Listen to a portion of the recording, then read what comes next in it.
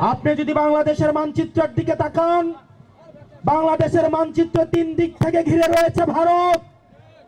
রক্তচক্ষু দিয়ে ভারত বাংলাদেশের দিকে তাকিয়ে রয়েছে। এক পাশে রয়েছে যুদ্ধাবস্থায় বিদ্যমান মায়ানমার, আরেক পাশে রয়েছে জলরাশি বঙ্গোপসাগর। দুর্ভাগ্যজনক বিষয়, বাংলাদেশের এখনো পর্যন্ত যথাযথ কোনো প্রতিরক্ষা ব্যবস্থা নাই।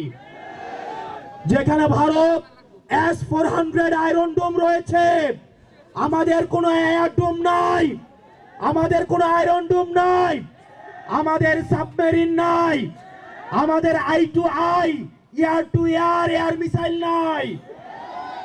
আমরা ভারতের যে অস্ত্র রয়েছে, পার্শ্ববর্তী দেশের যে ধরনের প্রতিরক্ষা ব্যবস্থা রয়েছে, আমাদের বাংলাদেশের প্রতিরক্ষা ব্যবস্থা বলতে কিচ্ছু নাই।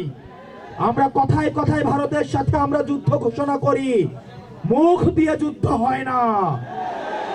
প্রিয় গাজীপুরবাসী তরুণ প্রজন্ম, আমাদের আত্মরক্ষার জন্য আমাদের যুদ্ধের প্রয়োজন নাই। আমরা শান্তি চাই, কিন্তু আমাদের আত্মরক্ষার জন্য আমাদের আধুনিক অস্ত্র প্রয়োজন রয়েছে।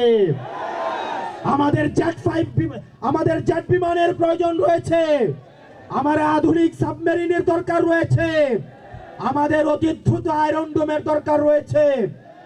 সেজন্য আমাদের আধুনিক এই প্রতিরক্ষা ব্যবস্থা ঢেলে সাজাতে হবে। আমরা এনসিপি যদি সুযোগ পাই, আমরা যদি ভবিষ্যতে এনসিপি যদি সুযোগ পাই, আমরা অবশ্যই বাংলাদেশে প্রতিরক্ষা ব্যবস্থায় আমরা অবশ্যই সমৃদ্ধ হব। প্রত্যেকটা ঘরে ঘরে আমাদের এই যুদ্ধ সম্পর্কে, আমাদের এই প্রতিরক্ষা ব্যবস্থা সম্পর্কে সন্তানদেরকে সচেতন করতে হবে। শুধু লিপ সার্ভিস দিয়ে ভবিষ্যৎ বাংলাদেশে সার্ভাইভ করা কোনোভাবেই সম্ভব নয়। আপনারা জানেন, হাসিনার যে প্রতিরক্ষা ব্যবস্থা, হাসিনা আর্মিকে একটা রাজমিস্ত্রিতে পরিণত করেছে, কনস্ট্রাকশন কোম্পানিতে পরিণত করেছে। আমাদের আর্মিকে যুগোপযোগী এবং আধুনিক করতে হবে।